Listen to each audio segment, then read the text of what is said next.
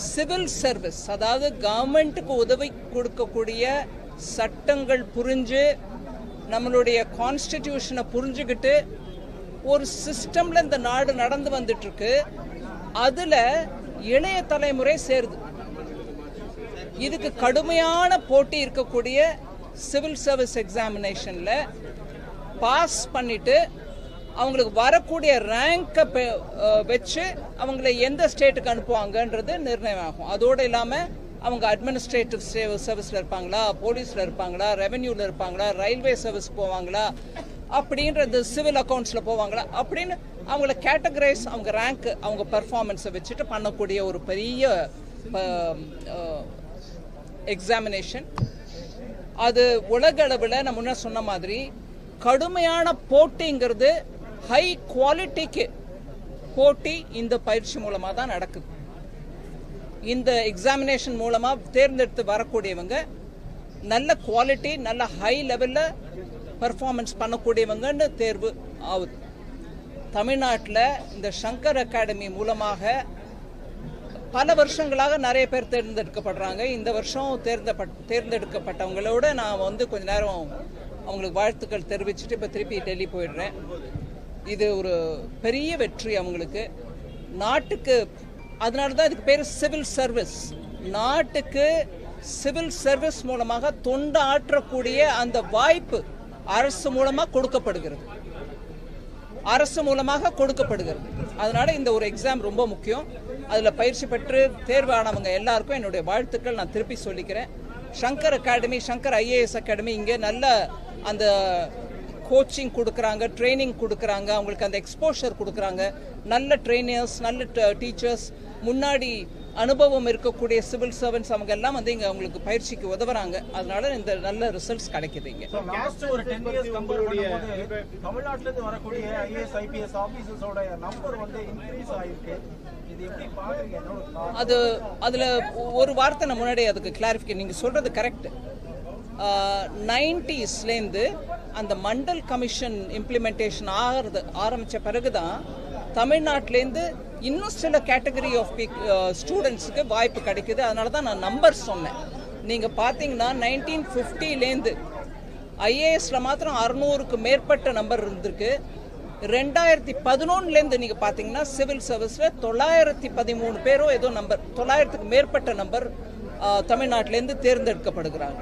அதனால் அந்த நம்பர் வளர்ந்துட்டு தான் வருது, குறையலை.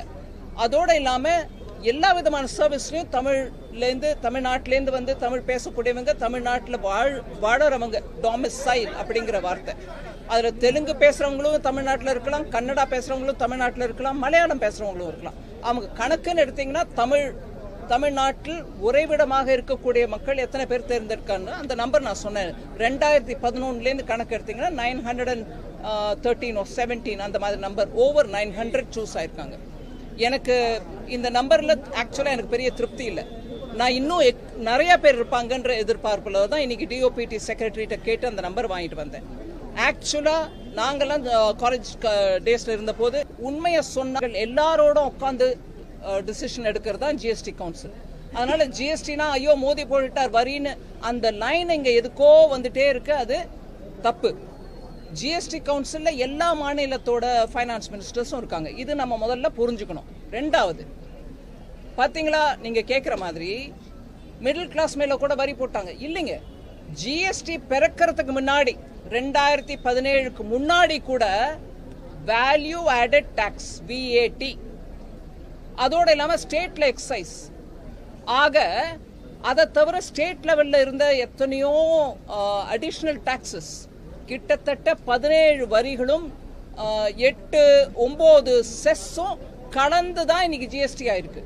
அது ஒவ்வொரு மாநிலத்திலும் இருந்த வரிகள் எல்லாம் சேர்த்து போட்டு தான் கலந்து ஜிஎஸ்டி பண்ணிருக்காங்க. அதனால ஜிஎஸ்டி வந்த பிறகுதான் நம்ம மிடில் கிளாஸ் மக்களுக்கோ ஏழை மக்களுக்கோ அவங்களுடைய தினசரியில உபயோகிக்கக்கூடிய பொருட்கள் மேல வரி வந்துருச்சு அப்படின்ற அந்த வாதம் தப்பு. ஜிஎஸ்டி வரதுக்கு முன்னாடியிலேருந்தே வரி இருந்துச்சு. ஆனா ஜிஎஸ்டி வந்த பிறகு நீங்க வந்த பிறகு நீங்க என்ன பண்ணீங்கன்னு கேட்டீங்கன்னா, முன்னாடி இருந்த வரி விகிதத்தை விட ஜிஎஸ்டி வந்த பிறகு வரி விகிதம் குறைஞ்சிருக்கு. அண்ட் இப்போ நடக்கிற முயற்சி, அதாவது குரூப் ஆஃப் மினிஸ்டர்ஸ் மூலமா நடந்துட்டு இருக்கிற முயற்சி இன்னும் அதை குறைக்கிறதுக்கு தான். அதனால ஜிஎஸ்டி வந்த பிறகுதான் நம்மளுக்கு வரி வந்துருச்சுன்றது தப்பான வாதம். ஏன், இதுக்கு முன்னாடியும் இருந்துச்சு. ஆனா கடைகள்ல பில்லு கொடுக்கும்போது அதை காட்டியிருக்க மாட்டாங்க. இப்ப கடைகள்ல பில்ல சென்ட்ரல் ஜிஎஸ்டி, ஸ்டேட் ஜிஎஸ்டி அப்படின்னு கிளியரா போட்டு உங்க கையில கொடுக்கறதுனால நம்மளுக்கு இப்ப தோணுது, ஓஹோ இப்பதான் நம்ம கட்டுறோமா, ஜிஎஸ்டி வந்த பிறகுதான் வரி கட்டுறோம் போல் இருக்கு அப்படின்னு தோணுது. தப்பது. முதலையும் இருந்துச்சு, இப்பவும் இருந்துச்சு. இப்ப நேர்மையாவும் வெளிப்படையாவும் அந்த பில்லுல நாங்க போடுறோம். இத பாருங்க, இது இந்த ஐட்டம்க்கு 5% வரி, அதுல 2.5 மாநிலத்துக்கு போகுது, மீதி 2.5 மத்திய அரசுக்கு வருது. அதை போட்டு காட்டுறதுனால இப்பதான் வரி வந்துருச்சுன்னு நினைக்கிறாங்க. இல்ல. லாஸ்ட் பாயிண்ட், ஜிஎஸ்டியில் எடுக்கக்கூடிய ஒவ்வொரு தீர்மானமும் எல்லா மாநில அமைச்சர்களுடைய ஒப்புதல் சேர்ந்துதான், அவங்களுடைய ஒப்புதலுடன் தான் டிசிஷன் நடக்குதே தவிர நான் ஒத்தி மாத்திரம் எனக்கு வேணும் இந்த வரி கொடுங்கன்னு கேட்க முடியாது. அதனால ஜிஎஸ்டியை பத்தி நான் மீடியாவை தயவு பண்ணி கேட்டுக்கிறேன், கொஞ்சம் மக்களிடையே இதை பத்தி உணர்வு, அதாவது இதை சரியான புரிதலை ஏற்படுத்த முயற்சி பண்ண வேண்டுமாக.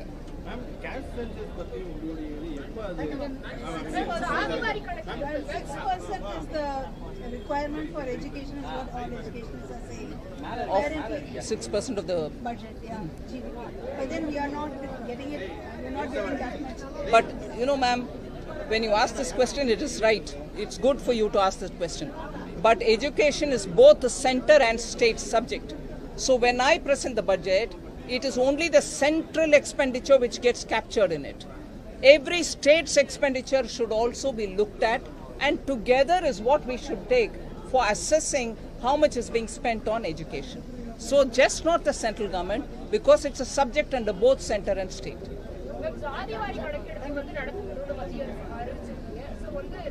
பேர் கேட்டிருக்காங்க. இன் பிரின்சிபல் அப்ரூவல் நாங்க கேபினெட்ல கொடுத்திருக்கு. ஆனா அது எங்களுடைய வெற்றி எப்படின்னு சொன்னா, ஜாதியை பத்தி பேசவே கூடாது டிஎம்கேல. அதனால எல்லாத்துலயும் அரசியல் ரீதியா லாபத்தை தேடுறதுக்கு முயற்சி பண்ணக்கூடாது. தமிழ்நாட்டில் சமத்துவத்தை கொண்டாங்க. சென்சஸ் வரும் எப்படியா இருந்தாலும், அதுல இந்த டேட்டா வரும் எப்படியா இருந்தாலும், எல்லாருக்கும் அந்த டேட்டா வெளிப்படையா உதவுறதுக்கு தான் சென்சஸ் மூலமா எடுக்கிறோம். அதனால இதுல உடனே ஒரு குயுக்தி அதை திருப்பிக்கிட்டு நாங்க போராடினதுனால தான் எங்களுக்கு வந்துச்சுன்னு சொல்ல வேணாம். இன்னைக்கும் நான் தெருவில் போகும்போது போர்டு பாக்குறேங்க, ஜாதி பேருடன் பேரு இந்த தமிழ்நாட்டில் இன்னைக்கும் இருக்குது. ஜாதி விவகாரத்தில் இன்னைக்கும் கழிவு, மனித கழிவை குடிநீர்ல சேர்க்கறது இந்த தமிழ்நாட்டில் தான் நடந்திருக்கு. எங்கேயும் நம்ம கொஞ்சம் ஒரு விதமா நாங்க நல்லா முன்னேறிட்டு இருக்கோம், வடக்குல சில ஸ்டேட்ஸ் பாருங்க முன்னேறல அப்படின்னு சொல்றாங்களே, அந்த ஸ்டேட்ல கூட இந்த மாதிரி மனித கழிப்பை கொண்டு போய் தண்ணீரை, குடிக்கிற தண்ணீரை சேர்க்கல. அதனால இந்த விஷயத்துல அரசியல் ரீதியா பார்க்காம, இதனால நம்ம அதுல இருந்து வரக்கூடிய டேட்டாவை வச்சுக்கிட்டு பின்தங்கி இருக்கிறவங்களுக்கு எப்படி இன்னும் வாய்ப்புகள் கொடுக்க முடியும்ன்றத பத்தி யோசிக்கணுமே தவிர, கொஞ்சம் நாங்க வென்றோம் நீங்க தோத்தோன்ற அந்த பேச்சை கொஞ்சம் விட்டுறணும். மத்திய அரசு நிதி கொடுக்க மாட்டேங்குது, இருந்தாலும் தமிழகம் தொடர்ச்சியாக முன்னணியில இருக்கு சொல்லிட்டு நான் ஒவ்வொரு முறையும் பேசிட்டு தான் இருக்கேன், எவ்வளவு நம்ம கொடுக்குறோம் எவ்வளவு கொடுக்கல, எல்லா ஸ்டேட்டுக்கும் எப்படி கொடுத்துருக்கோம். எனக்கு பிரைவேட்டா சில மெம்பர் கிட்ட, அதாவது ஆளுங்கட்சி இங்க இருக்கக்கூடிய ஆளுங்கட்சி கிட்ட இருந்து மெம்பர் கிட்ட இருந்து நான் பேர் எடுக்க விடும்போது அவங்க கிட்ட இருந்து மெசேஜ் வருது, நன்றிங்க வேலை வாய்ப்பு திட்டம் இருக்கு பாருங்க, கிராமப்புற வேலை வாய்ப்பு திட்டம் மன்ரேகா, அதுக்கும் பணம் கொடுத்துருக்கோம். ஓ நன்றி, அந்த பணம் வந்துருச்சு. பிரைவேட்டா எனக்கு நன்றி, பப்ளிக்கா இது நீங்க புரிஞ்சுக்கிட்டா சரிதான். ஒரு சீரியஸான இஷ்யூ என்னன்னா, சிபிஎஸ்சில படிக்கிற ஸ்டூடெண்ட்ஸ்க்கு 3rd 5th and 8th 30 மார்க்குக்கு கீழே வாங்கினா ஃபெயில் பண்ணுங்க, ஆல் பாஸ்ங்கிற சிஸ்டமே வேணாம்னு சிபிஎஸ்சி சொல்றாங்க. இதுக்கு வந்து கடுமையான ஒரு எதிர்ப்பு தமிழ்நாட்டில இருந்து வந்திருக்கு. இது தேசிய கல்விக் கொள்கையோட ஒரு ஆரம்பம் தான் அப்படின்னு சொல்றாங்க. ஆல் பாஸ் சிஸ்டம் வேணாமா, இது குழந்தைகளுடைய மனநிலையை சிதைக்கும், சின்ன குழந்தை அப்படிங்கிற மாதிரியான. இது ஒரு வெரி காம்ப்ளெக்ஸ் இஷ்யூ. பாஸ் ஆனாதான் குழந்தைக்கு ஃபியூச்சர் அப்படின்றதுனால எல்லாரையும் பாஸ் பண்ண வச்சுட்டு, அதில் கூட ரொம்பவே இன்னும் ஒரு வருஷம் படித்தாதான் இந்த பிள்ளைக்கு நல்ல ஒரு அறிவு, அதாவது அந்த அளவு லேர்னிங் கிடைக்கும் அப்படிங்கிறத கூட யோசிக்காம எல்லாரையும் பாஸ் செய்யறதுனால மாத்திரம் சைக்காலஜி இம்ப்ரூவ் ஆகும்ன்றது இல்லைங்க. இதை படிப்பின் குவாலிட்டியை பற்றி யோசிக்கணும். அதுக்கு ஒவ்வொரு மாநிலமும் கூட முயற்சி எடுக்கணும். படிப்போட குவாலிட்டி குறைய குறைய பிள்ளைகளோட எதிர்பார்ப்பும் ஜாஸ்தியாகுது. அதுவும் அந்த மனநிலையும் யோசிங்க. அவங்க காலேஜுக்கு வரும்போது ஏங்க நாங்கள் குவாலிஃபை ஆகுறதில்ல ஐஐடின்னு யோசிக்கும் போது அப்போ குவாலிட்டி என்னாச்சு, எல்லாரையும் ஒட்டு மொத்தமாக பாஸ் பண்ணிட்டே போகிறதுனால. அதனால இதெல்லாம் பிளாக் அண்ட் ஒயிட் பதில் சொல்ல முடியாதுங்க.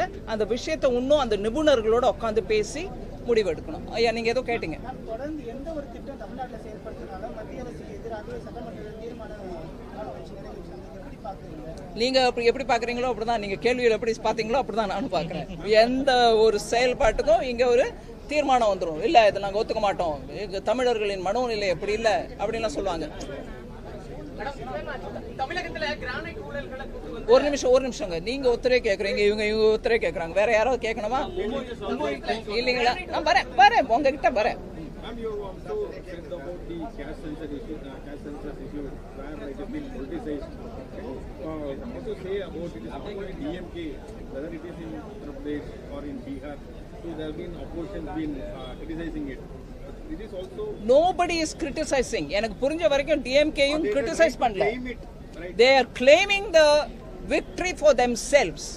அதேதான் நார்த்லயுமே நீங்க கேக்குற கேள்வி அதுதான். In English I'll tell you, opposition is not there for having brought census head count into the caste census, jati census into the caste into the survey, the census survey. The census will include it has been announced.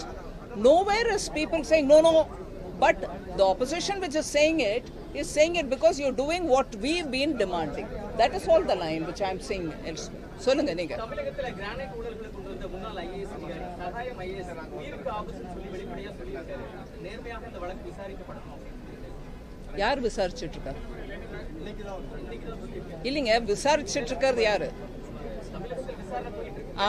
பின்ன இல்லைங்க, நீங்க அந்த கேள்வி என்ன கேட்க கூடாது. விசாரணை செய்யறது, ஒரு நிமிஷம் கேளுங்க, நான் என்னோட முறையில பதில் கொடுக்குறேன். விசாரணை செய்யறது தமிழ்நாட்டில், விசாரிக்கப்படுவது ஒரு அதிகாரிய, இன்னும் 4-5 பேரை. அவங்கள ஒரு பயம் வருது, எனக்கு ப்ரொடெக்ஷன் வேணும்னு கேட்குற மாதிரி நீங்கள் சொல்கிறீங்க. ஸோ விசாரணை ஃபேராக நடந்துச்சுன்னா அந்த பயம் இருக்கக்கூடாது. பிஜேபி கவர்மெண்ட் வந்து ஊழல் கூட்டணி, அந்த கூட்டணி தோல்வி கூட்டணி, கட்டாய கூட்டணி அப்படின்னு முதலமைச்சர் சட்டப்பேரவை உட்பட அவர் செல்லக்கூடிய இடங்கள்ல எல்லாம் வந்து சொல்லிட்டு இருக்காரு. அதே போல கூட்டணி கட்சியினரும் கூட விமர்சனம் பண்ணிட்டு இருக்காங்க. அது எப்படி? கூட்டணியை பற்றி விமர்சிக்கிறதுக்கு முன்னாடி கோர்ட் மூலமா அமைச்சரா உட்கார்ந்துருக்கிறவங்களை கோர்ட் மூலமா கேள்வி கேட்டு பதவி விலக வேண்டிய நிர்பந்தம் யாருக்கு வந்துச்சு? எந்த கூட்டணிக்கு வந்துச்சு? திமுக கூட்டணிக்கு வந்துச்சா இல்ல வேற யாருக்கா வந்துச்சா? ஊழல் காரணமாக கோர்ட், சுப்ரீம் கோர்ட் வரைக்கும் போய் இன்னைக்கு தேதிக்கு 2 அமைச்சர்கள், ஒரு அமைச்சர் ஊழல், இன்னொரு அமைச்சர் இன்னொரு விஷயம், இறங்கிக்கிட்டே இருக்காங்க பதவி, இல்ல கோர்ட் மூலமா கேள்வி கேட்டுட்டே இருக்காங்க. அப்பேற்பட்ட கூட்டணியை நடத்துற மாண்புமிகு அமைச்சர், முதலமைச்சர் அவர்கள் எங்க கூட்டணியை பத்தி பேசினா எனக்கு கொஞ்சம் என்ன புரியலைங்க. இது யாரை பத்தி பேசுறது? இங்கிலீஷ்ல சரி, இங்கிலீஷ்ல ஹூஸ் கோட்டிங் த பைபிள்னு வாங்க. நான் அந்த வார்த்தையை உபயோகிக்கல. எஸ்ன்னு ஆரம்பிக்கும் இல்லைங்களா? நம்ம எல்லாருக்கும் புரியும். அந்த மாதிரி இருக்குது விவகாரம். உங்க கூட்டணியில ஆஃப் பண்ண வேண்டாம்ப்பா, நான் டிஎம்கே பத்தி சொல்றேன் வச்சுக்காங்க. உங்களுக்கு போனோம் செய்தி, உங்க தலையத்துக்கு போனோம். நீங்க கேமரா ஆஃப் பண்ணிட்டா உங்களுக்கு ஜாக்கிரதை. அவர் சொன்னார் பாருங்க, என்கொயரி நடந்துட்டு இருக்கு, எனக்கு ப்ரொடெக்ஷன் வேணும்னு. உங்களுக்கு ப்ரொடெக்ஷனுக்கோசம் நீங்க ஆஃப் பண்ணிடாதீங்க. மீதி சேனல் மூலமா எப்படியா இருந்தாலும் போகும், வைங்க, ஆன்ல வைங்க. அதனால ஊழல் கூட்டணிக்காரங்க எங்க கூட்டணியை பத்தி பேசினா எனக்கு சிரிப்பு வருது. சரிங்களா? கிளம்புறேன், ஃபிளைட்டுக்கு நேரம் ஆயிடுச்சு. இவ்வளவு நேரம் கேட்கல.